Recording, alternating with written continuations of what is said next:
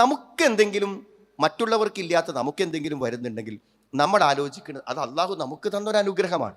കാരണം പടച്ചോൻ പറഞ്ഞിട്ടുണ്ടല്ലോ, വലനബുലുവന്നക്കും, നിങ്ങളെ ഞാൻ പരീക്ഷിക്കുമെന്ന് പറഞ്ഞിട്ടുണ്ട്. എന്തെങ്കിലും ഭയങ്ങളോ ദാരിദ്ര്യമോ വിഷമമോ കൊണ്ട് നിങ്ങളെ പരീക്ഷിക്കും. വബശ്ശിരി സ്വാബിരീൻ, പരീക്ഷണം കിട്ടിയോ സന്തോഷിച്ചോ എന്നുള്ള പറഞ്ഞു. പരീക്ഷണങ്ങൾ കിട്ടിയവർ സന്തോഷിച്ചു കൊള്ളുക എന്ന്. അത് പരീക്ഷണം കിട്ടിയവർക്ക് കിട്ടാത്തവരെക്കാളും സന്തോഷിക്കാനൊരു വകയുണ്ട്. എന്താണ്? ആ പ്രയാസങ്ങളും വേദനകളും അല്ല സുഹൃത്തുക്കളെ, ആ വേദനകൾ അവർക്ക് പ്രതിഫലമായി മാറുന്ന ഒരു സന്ദർഭമുണ്ട്.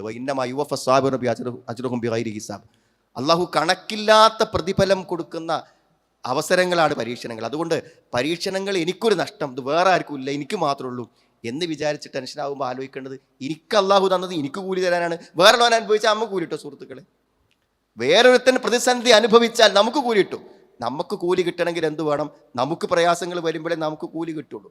പിന്നെ വല്ലാതെ വിഷമിച്ചിരിക്കുമ്പോൾ അള്ളാഹുവിൻ്റെ റസൂലിനോട് അള്ളാഹു പറഞ്ഞ വാക്കുകളുണ്ട്. എന്താ അറിയോ? നിനക്ക് ഇതിനേക്കാളും സന്തോഷകരമായൊരു ലോകം വരാനുണ്ട്.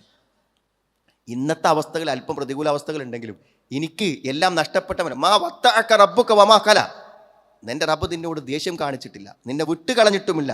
വലൽ ആഖിറത്തു ഖൈറുൻ ലക മിനൽ ഊല, നിനക്ക് ഇതിനേക്കാളും നല്ലൊരു കാലം വരാൻ പോകുന്നുണ്ട്. അത് ഇഹലോകത്ത് തന്നെ ആവാം, അല്ലെങ്കിൽ പരലോകത്താവാം.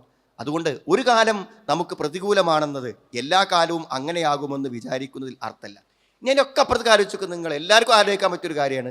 നമുക്ക് എന്തെങ്കിലും വിഷമം വന്നാൽ നമ്മളെന്താ പറയുക? ഒരാൾ മരിച്ചു, ആ വാർത്ത നമ്മൾ കേട്ടു അല്ലേ? അപ്പം നമ്മളെന്താ പറയുക? ഇന്നാ ലില്ലാഹി വ ഇന്നാ ഇലൈഹി റാജിഊൻ. എന്താ അതിൻ്റെ അർത്ഥം?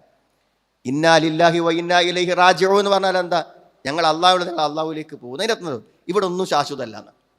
അപ്പോൾ നമുക്ക് ഏറ്റവും പ്രിയപ്പെട്ട ഒരാൾ മരണപ്പെട്ടപ്പോൾ നമ്മൾ പറഞ്ഞത് നമ്മൾ അള്ളാഹുവിനുള്ളതാണ്, നമ്മൾ അള്ളാഹുവിലേക്ക് തിരിച്ചു പോകും എന്ന് പറഞ്ഞാൽ ഇത് ശാശ്വതമല്ല.